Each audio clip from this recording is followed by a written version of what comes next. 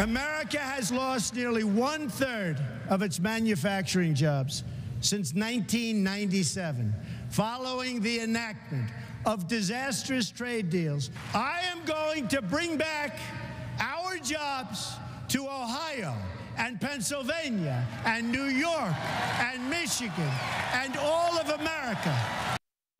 That was then candidate Trump at the 2016 Republican convention talking about manufacturing or factory jobs. He promised that his America First strategy and getting tough on other countries, that would bring back the factories and the jobs. Now that message, it worked. Trump won, and he won most of the Rust Belt in the Midwest, but he didn't win by much, just a few thousand votes each in Pennsylvania, Michigan, Wisconsin. But new numbers and new analyses suggest the president may have some serious trouble keeping those states red next year. Andrew's got more on that. Yeah, Rich, and in 2016, Donald Trump spoke the language of the blue-collar, hard hat-wearing worker, the kind who takes a shower after work instead of before it. And Trump promised he would bring their jobs back. But now the manufacturing sector is in a full-blown recession. 2 consecutive quarters with negative growth reported.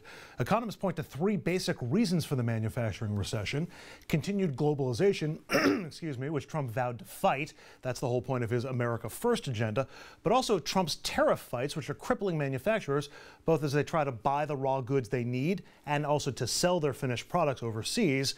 And of course, Trump's ongoing trade war with China, one of our largest trading partners, a huge supplier of those raw goods, as well as a huge buyer of the products we make with them.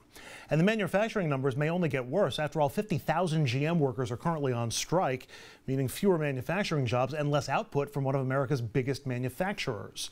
That's one reason that Michigan is now listed as the state most likely to slip into an overall recession by the end of this year. It may also help explain why Trump's approval rates have fallen by 14 points or more in every Rust Belt state. The president is now underwater in all of them. And remember, Trump won Michigan, Pennsylvania, and Wisconsin by only a few thousand votes each. And those 3 states won him the election, which means Trump could see a recession at the ballot box if this continues in 2020. Rich? You know, Tom, you've gone around. You've traveled the country in the last year or so. Yes, all of those states. Right. Do you get a sense that people thought they got a false sense of they were sold a false sense of Absolutely, Richard. When you sit down in the diners and have a cup of coffee in Wisconsin, I've been all over Wisconsin. The one thing that I find that's consistent, people really were willing to gamble on President Trump, and they believed his hype. And now when you sit down and talk to them, they feel that they were sold a bill of goods, and they're very angry. And so what Andrew just pointed out, this could all spell bad news for the president with his reelection. And I know folks, Congress, don't always vote in their own self-interest, and I know that I think the president's right. There are some people that he could shoot somebody on Fifth Avenue and they'd still vote for him. That said, pocketbook issues tend to resonate the most with the voting public here. Do you think they're going to connect the dots and say, yeah, I don't care where the stock market is. I look at my monthly take-home pay, or I look at my factory that still has the lights out in it. You don't think they're going to hold the president accountable? They're going to see how it impacts their lives, their family, their children. And, you know, the president has got to recognize that what he's doing, particularly a really well-written piece that you did. What people don't know is if we get the raw material at a cheap price, that's not bad, because then our people make things with the raw. And when President Bush, #2, came in and raised steel prices to fulfill a promise he made, all my jobbers in Bridgeport who made things out of this raw material went out of business because the raw material was more expensive than how they used to sell the finished product. Mm. And Andrew, this carries over not just in the manufacturing sector, but also on the agricultural sector too. I mean, these tariffs and these trade wars for the soybean farmers, for so many others, they're getting hurt there as well. Though the president has promised to redistribute tariff money to farmers, and so they'll be getting some sort of refund through that process. So I guess he's hoping that he can, to a certain degree, buy their support back, or continue their support by getting that money back.